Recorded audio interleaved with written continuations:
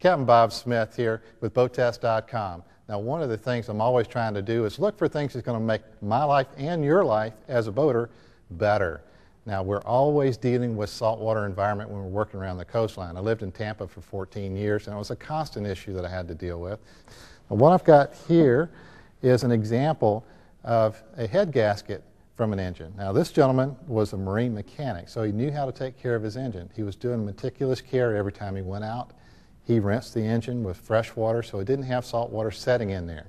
Well, you can see there's still damage there because you can't rinse all the salt off of it.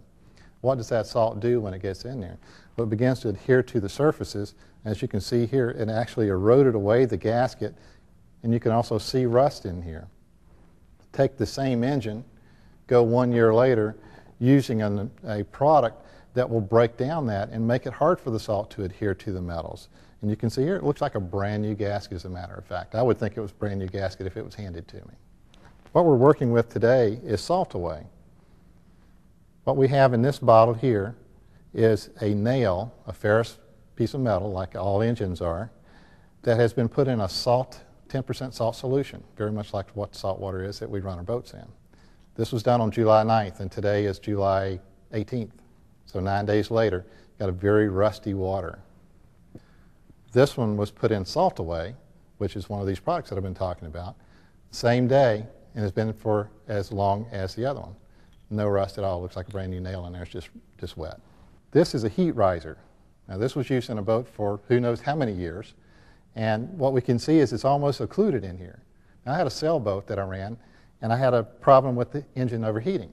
When I pulled the heat risers out to see what was going on, mine was almost occluded, just like this one.